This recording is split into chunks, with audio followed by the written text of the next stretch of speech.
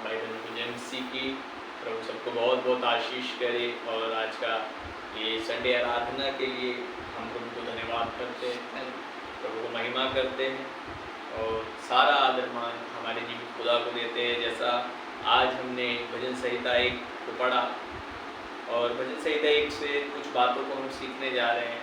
और जब भी मैं इस भजन संहिता को पढ़ता हूँ तो बहुत आशीषित भजन संहिता है। मैं बहुत इससे आशीष पाया हूँ और बहुत बार मैंने इसको सीखा है और सिखाया भी है। प्रभु को महिमा करते। और ये एक ऐसे व्यक्ति के विषय में बताती है भजन संहिता जो आशीषित व्यक्ति है। और आप जानते हैं मैं पिछली बार भी कुछ बातों को बता रहा था और कुछ समय से हमारा टॉपिक चलता आ रहा है। परमेश्वर ने हमें एक बड़े हालेलुया ब्लेसिंग के लिए बुलाया है कि परमेश्वर हमें एक बड़े विस्तार में लेके जाना चाहता है। तो पिछली बार भी शेयर कर रहा था, इसलिए पीछे के आप कुछ वचनों को देखेंगे, अगर आप तो कुछ हफ्तों के वचनों को देखेंगे तो वहाँ मैंने एक विस्तार के विषय में सिखाया है। और विस्तार याद रखिए परमेश्वर की ओर से हमें मिलता है। जरूर ऐसा है कि एक भाग परमेश्वर करता है और एक भाग हमें करना होता है, लेकिन फिर भी हमारा कुछ भी ऐसा कार्य नहीं है जो हम कह सकें कि हमने किया इसीलिए परमेश्वर ने किया। लेकिन हाँ, ऐसा ये पक्का है कि परमेश्वर हमें रास्ता दिखाता है उस विस्तार में जाने के लिए। जैसा भजन 92 में भी मैंने बताया था कि भजन संहिता 92 बताता है कि धर्मी लोग खजूर की नाई फलेंगे और फूलेंगे। और मैंने बताया था खजूर की क्वालिटी बताई थी मैंने कि खजूर कैसा होता है, जितना ऊपर होता है उतना नीचे भी होता है। और खजूर एक ऐसा पेड़ है जो जल्दी से बड़ी बड़ी आंखों में भी उखड़ता नहीं है, क्योंकि मैंने बताया था क्योंकि उसमें एक लचीलापन होता है। और मैं बता रहा था, अगर आप पीछे की वीडियोस देखेंगे, कि खजूर के अलावा मैंने बड़े से बड़े पेड़ों को उखड़ते हुए देखा है। मैंने बरगद के पेड़ तक को गिरा हुआ देखा है, जड़ से गिरा हुआ देखा है। लेकिन एक खजूर है जिसको मैंने अभी आज तक मैंने देखा नहीं कि वो हवा में उड़ गया, उखड़ गया। क्यों? उसकी क्वालिटी है वो लचीला है। लचीला मतलब जब तेज आंधी और तूफान आता है तो वो क्या करता है, वो झुक जाता है और हवाएं फिर ठीक होकर वो वापस वहीं खड़ा हो जाता है। तो बाइबल बताती है, अब मैं बता रहा था कि किस रीति से दुनिया जो है खजूर की बुराइयों को बताती है। आप पीछे के वीडियो को देखेंगे कि कई लोग ऐसा बोलते हैं कि लब बड़ा हुआ तो क्या हुआ, जैसे पेड़ खजूर है, राही को छाया नहीं और फल भी लगता है दूर। मैं ऐसा बता रहा था कि कई लोग, दुनियावी लोग ऐसा करके उस पेड़ को निंदा करते हैं, लेकिन हमारा परमेश्वर उसकी खूबी को बताता है। और ऐसा हो सकता है मेरे भाई, मेरा बहन, हमें देखने वाले जो हमारे साथी लोग हैं क्राइस्ट फैमिली की सेवकाई को ऑनलाइन भी आप देखते हैं जो लोग, मैं बोलना चाहता हूँ, हो सकता है बहुत सारे लोग आपकी कमियों को देखते हो, लेकिन हमारा परमेश्वर मसीह आपके भीतर, आपके अंदर की जो खूबी है उन्हें देखता है। जैसा खजूर की खूबी को उसने देखा और उसने बताया कि धर्मी लोग खजूर की नाई फूलेंगे और फलेंगे। हालेलुया। और इसी तरह भजन संहिता 1 के 4 के विषय में भी मैंने बताया था पिछली बार, थोड़ा सा मैंने वहाँ पे बताया था। भजन संहिता 1 का 3 थोड़ा सा पढ़ देंगे।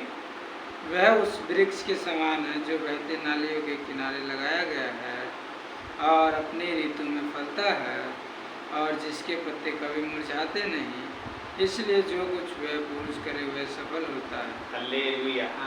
तो हम यहाँ देख रहे हैं कि बाइबल बता रही है भजन संहिता 1 में ऐसे पुरुष के विषय में, कैसा है ये, इस पुरुष के विषय में लिखा है, वह उस वृक्ष के समान है जो बहती नालियों के किनारे लगाया गया है। देखिए यहाँ भी परमेश्वर की एक क्वालिटी है। हालेलुया।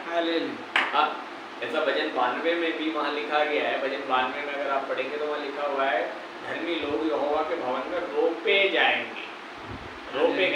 रोपे गए इसीलिए वो आशीषित है, वो बढ़ते रहेंगे, हमेशा बढ़ते रहेंगे। हालेलुया। तो वो खजूर की नाई बढ़ेंगे, लबानोन की नाई बढ़ेंगे। और वहाँ पे लिखा है कि वो हमेशा हरे भरे रहेंगे, मतलब मुरझाए हुए नहीं, हरे भरे रहेंगे, ललहाते रहेंगे, बाइबल बोलती है। और बाइबल बोलती है इसके साथ साथ कि वो पुराने होने पर भी बढ़ते जाएंगे, और ये परमेश्वर के वजह से होगा। बाइबल बोलती है कि हमारा परमेश्वर भला है और उसमें कुटिलता कुछ भी नहीं। तो भजन 92 भी ऐसा कहता है, और इधर भी अगर हम पढ़ते हैं तो यहाँ पर भी लिखा है, वे उस वृक्ष के समान है जो बहती नालियों के किनारे लगाया गया है। क्यों फल रहेगी? क्योंकि इसको लगाया गया है। हालेलुया। आप समझ पा रहे हैं? मैं आपको उधर गहराई में ले जाना चाहता हूँ। दुनिया कुछ भी आपकी बुराई को देख रही है, आप में कमी देख रही है, लेकिन परमेश्वर जो आपको लगाने वाला परमेश्वर है, वो आपकी उन्नति को देख रहा है, आपकी बढ़ोतरी को देख रहा है, आपके भीतर क्या चल रहा है वो उसको देख रहा है, उसने आपको लगाया है।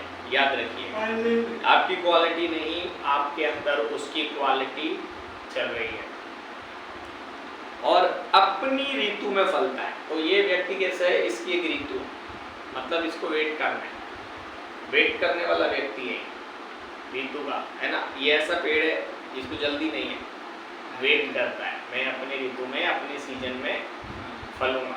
अब याद रखिएगा, यशाया 40 में भी लिखा है, जो यहोवा की बाट जो होते हैं वो उकाब के समान उड़ते, उकाब जैसा बल उनको मिलता है, उनकी जवानी नहीं होती चली जाती। बाइबल बताती है बाट जो होने के लिए, मेरा विषय नहीं है, लेकिन यहाँ पे लिखा है वो अपनी ऋतु में फलता है, मतलब उसकी ऋतु है। हालेलुया। आप ग्रहण कर सकते हैं इसको, आपकी एक ऋतु है और आपकी ऋतु आ रही है। हालेलुया। आज का मेरा टॉपिक है कि आप फलने जा रहे हैं। आमीन। आप फलने जा रहे हैं, और मेरा सबके साथ टॉपिक के साथ एक सवाल भी है आपके साथ, आपसे, क्या आपके पास एलिया भेजा गया है? इसको थोड़ा सा ध्यान रखिएगा। आगे जो सेशन है उसमें मैं इसके विषय में बताऊंगा कि किस तरह परमेश्वर ने अपने दास एलिया को जब भेजा तो कैसे लोग उधर ब्लेस होते चले गए।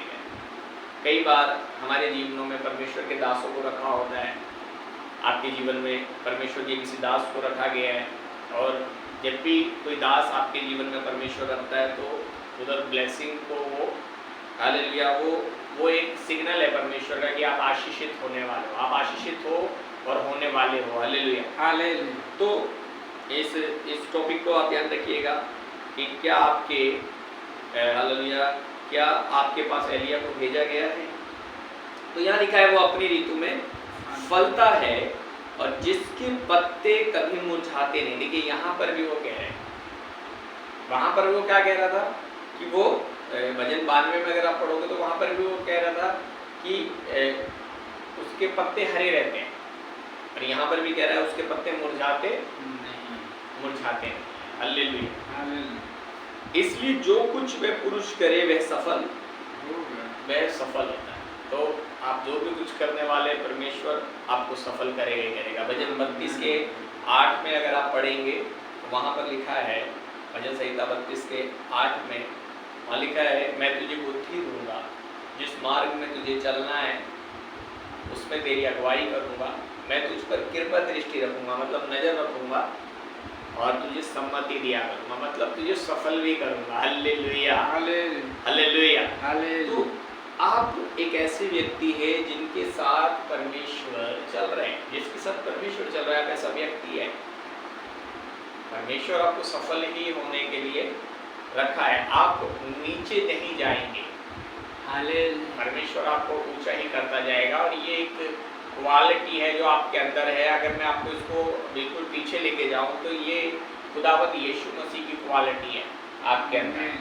अगर मैं आपको बिल्कुल शुरू में ले जाऊं, जहां आदम और हव्वा के द्वारा पाप आया, तो बाइबल कहती है पहले आदम के द्वारा पाप आया, मृत्यु आई, पर दूसरे आदम के द्वारा अनंत जीवन।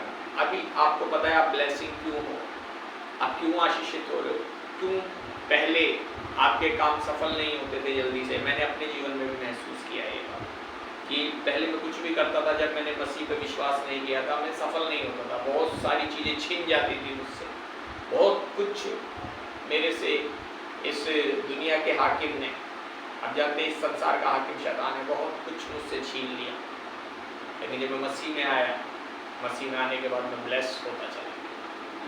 आमीन, हालेलुया। आप महसूस करेंगे क्योंकि आदम का जो बीज था हमारे अंदर, जो मृत्यु को, पाप को दर्शाता है और पाप मृत्यु को दर्शाती है, वो बीज का जो असर था वो मसीह में आने के बाद खत्म हो गया। प्रभु यीशु मसीह ने उस बीज को खत्म कर दिया। अभी आपका डीएनए चेंज हो गया। अभी आप आदम के नहीं, आप मसीह के बने। डीएनए चेंज हो गया। अभी हारा हुआ डीएनए नहीं है, पाप से हार गया था वो, इधर जीता हुआ डीएनए है। यीशु ने कहा पूरा हुआ, हालेलुया। पूरा परमेश्वर का काम पूरा किया उसने, और उसके द्वारा हम जयवंत हैं। हालेलुया। हम जय के उत्सव में हमें लेके फिरता है वो। हालेलुया। समझ पा रहे, आप जीते हुए हैं, हम जीते हुए लोग हैं। लेकिन यहाँ लिखा है, ये उस मनुष्य के विषय में लिखा है जहां अभी देखिए, अभी तक ये परमेश्वर का पासा है जो परमेश्वर ने, प्रभु यीशु मसीह ने हमारे लिए कर दिया। अब हमारा पासा इस भजन संहिता एक में कुछ चीजें हैं जो हमारे लिए भी है, और मैंने इस भजन संहिता से सीखा है कि भजन संहिता जो एक है ये हमें 3 विशेष चीजों को सिखाता है।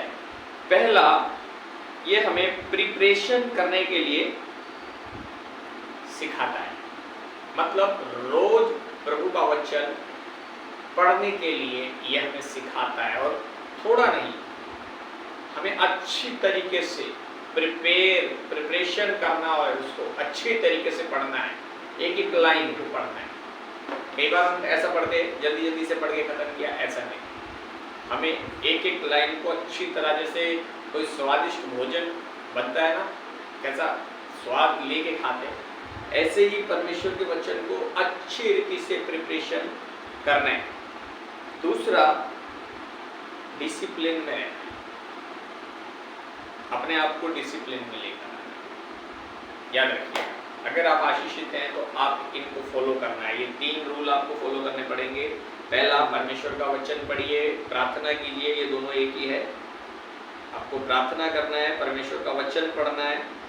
अगर मैं कहूँ पहले ही इसमें प्रिपरेशन में 4 चीज़ें आती हैं। पहली चीज़, पर आत्मा में प्रार्थना कीजिए। दूसरी चीज़, वचन को पढ़िए। तीसरी चीज़, वचन को रोज मानिए, ये नहीं कि एक दिन माना दूसरे दिन नहीं माना। चौथी चीज़, संगति कीजिए। प्रिपरेशन में 4 चीज़ आती है। खुदा के बच्चों, ध्यान दीजिएगा, अगर आप आशीषित लोग हैं तो आप इन 3 चीज़ों में से जो फर्स्ट चीज़ है उसके 4 भाग हैं। पहला, आत्मा में प्रार्थना करिए, रोज प्रभु से प्रार्थना कीजिए, आत्मा से, सच्चाई से। ऐसा नहीं जल्दी जल्दी यीशु के नाम में मांगा, मेरा काम बन गया, बस चलो, ऐसा वाला नहीं। अच्छी रीति से प्रार्थना कीजिए। दूसरी चीज़, वचन पढ़िए, अच्छा रीति से वचन पढ़िए। तीसरी चीज़, जो कुछ पढ़ा उसे सीखना है, उस पर चलना है। चौथी चीज़, संगति करने की कोशिश कीजिए, संगति कीजिए। हालेलुया। ऑनलाइन में भी जो लोग आप हमें देख रहे हैं, हम कई बार ऑफलाइन भी हमारी और भी कई सभाएं लगती है। हम नंबर छोड़ेंगे, आप हमसे संपर्क कर सकते हैं। अगर आप दिल्ली में आसपास में ही रहते हैं, समीपुर एरिया में हम लोग रहते हैं, तो आप हमारे साथ संगति कर सकते हैं, जो लोग आना चाहते हैं। कई लोग दिल्ली से दूर से भी आते हैं, नरेला साइड से भी कई लोग आते हैं, प्रभु को धन्यवाद। तो आप आ सकते। दूसरी चीज़, डिसिप्लिन। अपने जीवन में डिसिप्लिन को लाना जरूरी है। डिसिप्लिन जब आप लेकर आते हैं तो बहुत सारी चीज़ें, बहुत सारे रास्ते परमेश्वर खोल देता है हमारे लिए। हमारे जीवन में एक डिसिप्लिन लाना जरूरी है। आमीन। तीसरी चीज़, ये सब पूरा करने के लिए सुबह जल्दी उठना चाहिए। आप ये जब ही कर पाएंगे जब आप सुबह जल्दी उठते हैं। मान लीजिए अगर आप 7 बजे काम पर जाते हैं तो आप कम से कम 1 घंटा पहले उठेंगे तो ही आप ये कर सकते हैं। आप बाइबल बताती है, हमारा बाइबल बताता है, अगर आप पौलुस की पत्री को पढ़ेंगे तो पौलुस कहता है कि हालेलुया, पहलवान के जीवन से हम सीख सकते हैं कि वो एक दुनिया का मुकुट पाने के लिए, एक पहलवान जब पहलवानी करता है कितना संयम करता है। एक उम्र तक शादी नहीं करता कि मेरे को एक मुकुट पाना है, मेरे को पहलवानी में एक पद तक ऊंचा पहुंचना है। देखिए शादी नहीं करता है, लंगोट का पक्का रहता है ना। दूसरा खाने पीने का ध्यान रखता है ना, एक्सरसाइज का अपना ध्यान रखता है ना। ये सब चीज़ों को कितना मजबूती से करने की कोशिश करता है। और दोस्त जैसा कुछ भी खा लेंगे वो नहीं खाएगा, वो ध्यान देता है, एक अपने अंदर एक अनुशासन लेकर आया है। और आप देखेंगे उसका एक रिजल्ट भी आता है, एक समय में वो एक अच्छा पद पे जाएगा उधर। लेकिन और पौलुस बोलता है लेकिन ये वो कैसे मुकुट के लिए कर रहा है, एक मुरझाने वाले मुकुट के लिए। आप दारा सिंह के विषय में देखेंगे आज तक कोई कुश्ती नहीं हारे थे, लेकिन एक समय में क्या हुआ, उनकी ताकत खत्म हो गई, धीरे धीरे बुजुर्ग हो गया, चला गया है। तो मुरझाने वाला मुकुट, उसके लिए लोग इतनी मेहनत करते हैं। लेकिन पौलुस कहता है हम किस जीवन के लिए मेहनत कर रहे हैं, हम अनंत जीवन के लिए, अनंत जीवन का मुकुट पाने के लिए मेहनत कर रहे हैं। हमें कितना अनुशासित होना चाहिए। और ये अनुशासन जो दूसरा जो रूल है, ये अनुशासन जब भी हो सकता है जब आप सुबह समय से उठेंगे। तो सुबह आप समय से उठिए, अगर आप 8 बजे जाते हैं तो 6 बजे 7 बजे उठने की कोशिश कीजिए, क्योंकि कुछ चीज़ों को आपको देखना होगा। इन सब चीज़ों के लिए आपको टाइम चाहिए। अगर आपको प्रार्थना करना है, आपको वचन पढ़ना है, आपको वचन पे चलना है, आपको संगति करना है, इन सब चीज़ों के लिए आपको टाइम चाहिए। अगर आप टाइम नहीं निकाल पाएंगे तो आप नहीं कर पाएंगे। जैसे देखिए कुछ चीज़ों में हमारा टाइम बहुत ज़्यादा चला जाता है। हम कुछ चीज़ों को और देखेंगे, भजन संहिता उसका एक वचन देखेंगे थोड़ा सा यहाँ पर।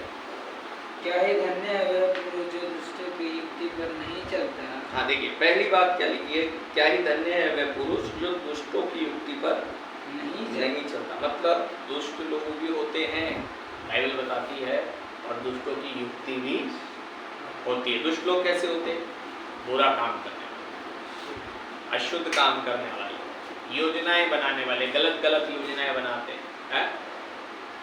दुष्ट लोग कैसे होते हैं, किसी को मारने का योजना बनाने वाले, किसी को क्या कहते हैं पैसा छीनने के लिए, ऐसे ऐसा करके अलग अलग योजना बनाते, चोरी की योजना बनाना, किसी को पीटने की योजना बनाना, ऐसा ऐसा करके योजना बनाते। लेकिन बाइबल क्या कह रही है, क्या ही धन्य है वह पुरुष जो दुष्टों की युक्ति पर नहीं चलता, वो दुष्ट की युक्ति पर नहीं चलता। तो ऐसे लोगों के साथ नहीं जाता। ऐसा कोई व्यक्ति है जो झगड़ा करने के लिए जा रहा है, किसी का पैसा छीनने के लिए जा रहा है, हाँ अलग अलग प्रकार से बुरे कामों को योजना बना रहा है, आप उनके साथ मत चलिए, कुछ बेनिफिट नहीं होगा। आप परमेश्वर के बेटा बेटी हैं तो उनके साथ नहीं चलना बहन भाई। तो दूसरी चीज देखिए, और ना पापियों के मार्ग में खड़ा होता। देखिए पापियों के मार्ग में खड़ा भी नहीं होता। ऐसे लोग जो ऐसी युक्तियां बनाते हैं गलत, उनके साथ खड़े होकर भी अपना टाइम बर्बाद नहीं करता। आप सोचिए जब हमें उस रास्ते जाना ही नहीं तो हम क्यों खड़े हो उनके साथ। मान लीजिए 4 लोग झगड़ा करने के लिए तैयारी कर रहे हैं, हम क्यों खड़े होकर देख रहे हैं, हमारा समय जाएगा। वो लोग जितना समय लड़ने की तैयारी कर रहे हैं उतना ही हमारा समय चला जाएगा जो परमेश्वर के साथ हम बिता सकते थे। तीसरी चीज, और ना ठट्ठा करने वालों की मंडली में बैठता है। मतलब किसी का मजाक उड़ाने वाले लोग। आप देखेंगे कई बार कई लोग झुंड बना लेते और ठट्ठा करते, किसी का मजाक उड़ाते हैं। कई भाई लोग ऐसा करते हैं, ज़्यादातर बहन लोग ऐसा करते हैं। माफ़ी चाहूँगा अगर कोई बहन सुन रहे हैं तो, लेकिन ज़्यादातर बहनों को ऐसा होता है कि कुछ बात इधर का इधर बोल दिया है।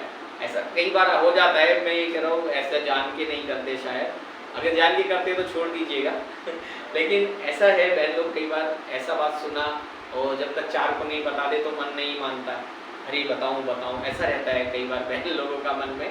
तो आप जानेंगे कि वहाँ लिखा है और ना ठट्ठा करने वालों की मंडली में बैठते हैं। मतलब 4 जने जहाँ गोसप कर रहे हैं, बुराई कर रहे हैं, एक दूसरे की चुगलियाँ कर रहे हैं, वो बैठता भी नहीं है वहाँ, वो खड़े नहीं होगी वहाँ पर। ओके, उसको पता है अरे मैं यहाँ बैठूंगी, अब ये 2 घंटे बाद में लगाएंगे, 2 घंटे एक दूसरे की चुगली करेंगे और मेरा 2 घंटे खराब हो जाएंगे। इससे अच्छा मैं क्या करूँगा, मान लीजिए आप जब आप अगर आप दुष्टों की युक्ति पर नहीं चलते हैं, कोई मारपीट करने जा रहा है, किसी की कोई छीनने जा रहा है, किसी को मारने की योजना बना रहा है, चोरी करने की योजना बना रहा है, आप वहाँ पे नहीं, उनके साथ नहीं जाते, आप उनके साथ खड़े भी नहीं होते, आप ठट्टा करने वालों के साथ बैठते भी नहीं, तो आपका कितना टाइम बच गया?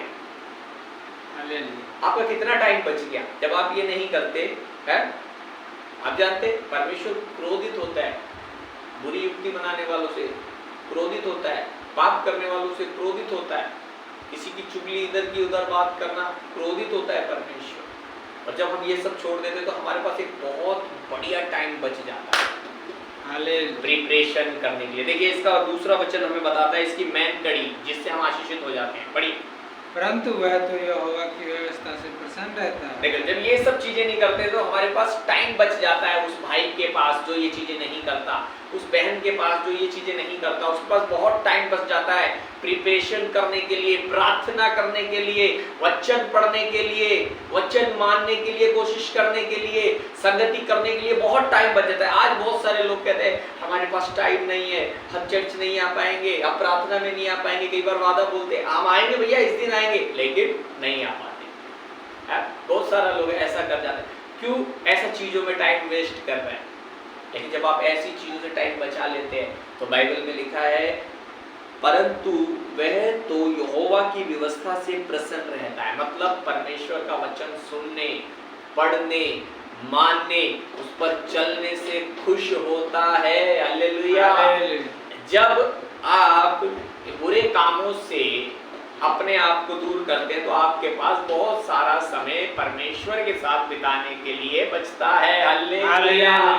आप विश्वास करेंगे, मैं आपको एक बात बताता हूँ। एक समय था, मैं दिल्ली में सदर बाजार में काम करता था और मैं ट्रांसपोर्ट पे काम करता था। वहाँ 1 घंटे का या आधे घंटे का हमें रेस्ट मिलता था लंच टाइम में। तो वहाँ पे जो मेरे दोस्त थे वो सब लंच करते थे साथ में बैठ के, लेकिन मेरा मन ऐसा नहीं था कि मैं सबके साथ में बैठ के लंच करूँ। और मैंने एक गली ढूंढ रखी थी जो सुनसान सी थी और ऊपर फैक्ट्री थी और नीचे जीना सुनसान रहता था। और मैं उस इतना ही चौड़ा जीना था, शायद वो मेरे बेंच के जितना, इतना चौड़ा जीना था या थोड़ा इससे बड़ा होगा। और मैं उसके कोने में बैठता था और मेरे को आधा घंटा मिलता था, मैं जल्दी जल्दी जाकर लंच करके 15-20 मिनट बचा लेता था और उस 15-20 मिनट मैं अपने परमेश्वर से प्रार्थना करता था, वचन मनन करता था, वचन पढ़ने की कोशिश करता था, उसको ध्यान करने की कोशिश करता था। मेरा परमेश्वर ये सब चीजें देखता। और सदर बाजार की वो तंग गलियों में, वो सुनसान गलियों में जब मैंने प्रार्थनाएं की, मैं रोया, मैंने कहा परमेश्वर मुझे तेरे साथ समय बिताना है। आप आज विश्वास करेंगे परमेश्वर मुझे बढ़ाकर ब्लेस किया।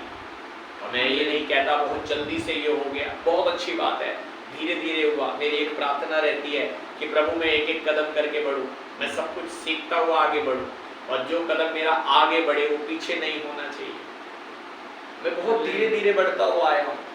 मेरे प्रभु यीशु मसीह के साथ चलते हुए 20 साल हो गए भाई, मेरा बहन, और 12 से 13 साल हो गए अपनी सेवकाई करते हुए। और सेवकाई के बीच में बहुत साल मैंने काम के साथ भी सेवकाई की और एक एक कदम परमेश्वर मुझे बढ़ाकर यहाँ तक लाया। उस तंग जीने में जब मैंने प्रार्थना की, आज परमेश्वर को धन्यवाद करता हूँ, परमेश्वर मुझे इतना बड़ा हॉल दिया, नीचे का हॉल 100-120 गज का और ऊपर 50-55 गज का परमेश्वर हमें क्या कहते हैं ऑफिस रूम दिया। प्रभु को धन्यवाद करता हूँ। आप विश्वास कीजिएगा, मैं ये खाली प्रभु की बढ़ाई के लिए बता रहा हूँ। हम अगर इतने से ईमानदार हैं तो परमेश्वर इतना ईमानदार है मेरे भाई। हालेलुया। अगर हम इतने से विश्वास योग्य हैं तो वो इतना विश्वास योग्य है। आज मैं कई बार निकम्मा ठहर जाता हूँ, कई बार परमेश्वर का आत्मा मुझे कहता है देख मैंने तुझे कितनी बड़ी जगह दी है प्रार्थना के लिए, कितनी प्रार्थना कर सकता है क्या? मेरे भाई मेरे बहन, जब आप उन बुरी चीज़ों से लौट आओगे उस उड़ाऊ पुत्र की जैसा उड़ाऊ पुत्र चला गया था और सारे गंदे कामों में खो गया था, लेकिन जब पिता के पास आया, पिता ने बाहें फैलाकर उसे अपने गले से लगा लिया। परमेश्वर आपके लिए बढ़िया योजना रख के तैयार रखा है, आपके लिए बढ़िया वस्त्र रखा है, आपके लिए अंगूठी रख रखा है, आपके सारे फटे हाल को वो दूर करने के लिए तैयार बैठा है। क्या आप आज निर्णय लेंगे? आज आप निर्णय लेंगे कि आप दुष्टों की युक्ति पर नहीं चलेंगे, ना ही पापियों के मार्ग में खड़े होंगे, ऐसे लोगों के साथ खड़े भी नहीं होंगे जो बुरी योजनाएं बनाते हैं, किसी को मारना, किसी को छीनना, किसी का नुकसान करना, या ठट्टा करने वालों की मंडली में नहीं बैठेंगे, जो लोग टाइम पास करते हैं, समय बर्बाद कर देते हैं, चुगली करते हैं। मेरी बहन, आज आप फैसला कीजिए, मेरे भाई आज आप फैसला कीजिए। और वचन बताता है ऐसे लोग जो इन चीज़ों से दूर होते हैं, वहाँ लिखा है परंतु वह तो यहोवा की व्यवस्था से प्रसन्न रहता और उसकी व्यवस्था पर रात दिन ध्यान करता रहता है। देखिए, खुश रहता है उसके वचन पर ध्यान करने से, प्रार्थना करने से, सीखने से। कभी नहीं कहेगा मेरे पास टाइम नहीं है भवन में जाने का, प्रार्थना में आने के लिए टाइम नहीं है, क्योंकि उन्होंने छोड़ दिया बुरा काम। अब उसमें बहुत सारा टाइम है परमेश्वर के पास आने के लिए। लिखा है वो यहोवा की व्यवस्था से प्रसन्न रहता है, और खाली खुशी नहीं रहता है, उस पर ध्यान करता है। कब कब? रात और दिन ध्यान करता रहता है। Hallelujah, hallelujah, hallelujah, hallelujah. मैं परमेश्वर को महिमा करता हूँ, और मैं इन 20 सालों में परमेश्वर मुझे कदम दर कदम बढ़ाया। और मैंने अभी एक प्रार्थना का आपको जिक्र किया कि आप जरूर ऐसा प्रार्थना करें, प्रभु मैं एक एक कदम करके बढ़ूं और मैं सब कुछ सीखता हुआ आगे बढ़ूं, और जो कदम मेरा आगे बढ़े वो पीछे ना होने पाए। मेरे भाई, मेरे बहन, हम 10 कदम इकट्ठे बढ़ें और फिर 9 कदम नीचे गिरे तो चोट लग जाती है, लेकिन अगर हम एक एक कदम करके बढ़े हम ब्लेस हो जाते हैं। और एक प्रार्थना और मैं चाहता हूँ आप अपने जीवन में एक प्रार्थना को जोड़िए। आप आशीषित लोग हैं, और परमेश्वर की आत्मा ने मुझसे कहा मैं परमेश्वर के लोगों को बोलूं कि वो एक प्रार्थना को अपने जीवन में जोड़े। नीति वचन 30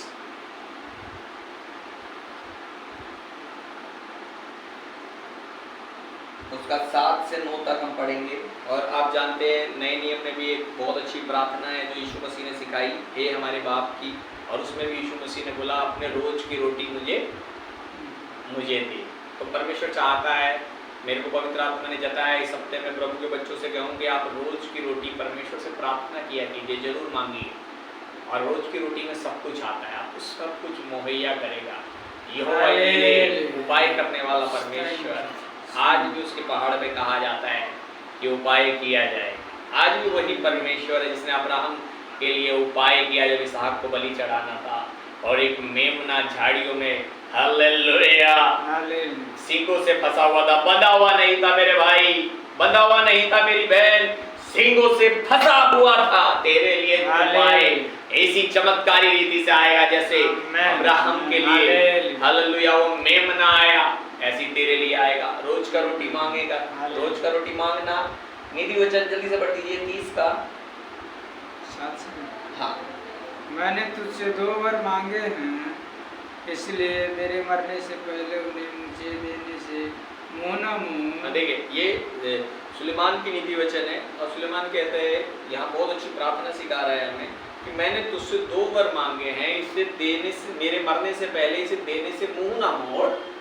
अर्थात व्यर्थ और झूठी बातें मुझसे दूर रख। अर्थात व्यर्थ और झूठी बात। देखिए व्यर्थ और झूठी बात मतलब वो सब चुगली, बेकार की बातों में समय बर्बाद करना, मुझसे दूर रख। मुझे ना तो निर्धन कर और ना धनी बना। हाँ, ना तो मुझे निर्धन कर, इतना मुझे निर्धन भी मत कर कि मेरे पास कुछ ना हो, और ना ही मुझे ज्यादा धनी बना। प्रतिदिन की रोटी मुझे खिलाया कर, पर मुझे प्रतिदिन की रोटी दिया कर। देखिए कितनी अच्छी प्रार्थना दे रहे हैं, मुझे प्रतिदिन की रोटी दिया कर। मैंने अभी बताया आपको कि प्रिपरेशन में क्या किया आएगा, आपका आत्मा में प्रार्थना करना। आपको प्रार्थना करना है, रोज की रोटी मांगना है। हो सकता है कोई बहन हो जो काम नहीं करते, परिवार काम करता है, आप आपके पति के लिए प्रेयर कीजिए, परमेश्वर आज मेरे पति को अच्छा काम हो, मेरे बेटे को अच्छा काम हो सकता है कोई सेवक का वाइफ मुझे देख रहा हो, कोई सेवक मुझे देख रहा हो। अगर आप किसी समस्या में आप प्रार्थना कीजिए, प्रभु दिन भर की रोटी मुझे दे। अब आप देखेंगे परमेश्वर के एक बड़े काम, परमेश्वर का एक बड़ा काम, जैसा अब्राहम के लिए एक बड़ा उपाय हुआ, वो बच्चे को चढ़ाना था उधर, लेकिन हालेलुया। मेमना पहले तैयार कर रखा था। हालेलुया। हालेलुया। आपके बच्चों के लिए इसहाक का यही सवाल था, पापा आग और चाकू तो है, बलि का मेमना कहाँ है? अब्राहम बोलता है यहोवा यीरे उपाय करेगा। हालेलुया। हालेलुया। तो उपाय किया परमेश्वर, उसके लिए झाड़ी से बंधा हुआ नहीं था, किसी ने बांध नहीं रखा था, सेवक नहीं किया था बांधने, झाड़ी से फंसा हुआ था उसका सींग, परमेश्वर का उपाय था वो। आपके लिए उपाय आएगा जब आप रोज की रोटी मांगते हैं, तो बोलता है ना तो मुझे निर्धन कर और ना ही धनी बना। आगे ऐसा ना हो कि जब मेरा पेट भर जाए तब मैं इनकार करके कहूँ। हाँ, तो कहता है ना तो मुझे निर्धन बना, ना तो निर्धन कर और ना धनी बना। ऐसा ना हो कि मुझे एक बार फिर से पढ़ दीजिए पूरा वचन। 8 से नहीं, यही वाला वचन। ऐसा ना हो कि जब मेरा पेट भर जाए तब 7 से पढ़िए। मैंने तुझसे 2 वर मांगे हैं, इसलिए मेरे मरने से पहले उन्हें मुझे देने से मुंह न मोड़, अर्थात व्यर्थ और झूठी बातें मुझसे दूर रख।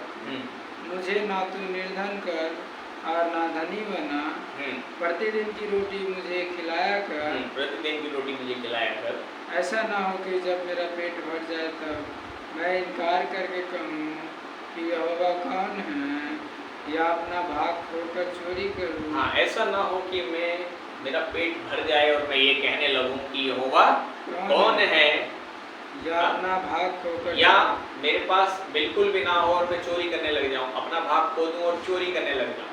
ऐसा भी ना हो। ना तो इतना दे कि मैं भूल जाऊं कि परमेश्वर मुंह ने खा के, और ना इतना कम दे कि मैं चोरी करने लगूं। देखिए कितना प्यारा प्रार्थना वहाँ पर परमेश्वर का दास हमें सिखाता है। तो रोज की रोटी के विषय में मैं आपको उत्साहित करना चाहता हूँ। मैंने आपको 2 या 3 प्रार्थना सिखाई है। पहली प्रार्थना मैंने आपको सिखाई है कि बिल्कुल जरूर में आप प्रार्थना कीजिए प्रभु से कि प्रभु मैं एक कदम करके बढ़ूँ, सब कुछ सीखता हुआ आगे बढ़ूँ, और जो कदम मेरा आगे बढ़े वो पीछे नहीं होने पाए। दूसरी, रोज की रोटी मांगिए परमेश्वर से। तीसरी एक प्रार्थना और मैं जरूर कहूँगा, खुदावंद यीशु मसीह ने भी कहा कि प्रभु यीशु मसीह ने कहा कि प्रार्थना करो कि परीक्षा में ना हो। प्रार्थना किया कीजिए, विशेष अपने मन के लिए। याद रखिएगा, हमारा दुश्मन बाहर नहीं है। पहले मिस्री लोग, मिस्र में, वो मिस्र का देश दुश्मन था, है ना, और इजराइलियों के लिए। लेकिन अब का मिस्र हमारा मन है। अपने मन के लिए विशेष प्रार्थना करिए, प्रभु मेरा मन कंट्रोल में रहे, मन ठीक रहे मेरा, हमें परीक्षा में ना पड़ने रहे। याद रखिए, हमारा मन बहुत चीज़ों में भटकाता है। बहुत सारे एंटरटेनमेंट की बहुत सारी सुविधाएं निकल गई है जो हमारा समय बहुत खा जाती है। अपने मन के लिए प्रेरित कीजिए। प्रभु आप सबको बहुत आशीष करे। आज के वचन के द्वारा मैं बहुत आशीषित हुआ, और मेरा ये प्रार्थना है आप सब भी आशीष हो। खुदावंद यीशु के नाम में मांग लेते हैं। जितने ऑनलाइन में भी सुन रहे हैं और ऑफलाइन में भी हमसे जुड़े हुए हैं, सबको हम आशीष देते हैं खुदावंद यीशु के नाम में। आमीन। प्रभु बहुत ब्लेस करे।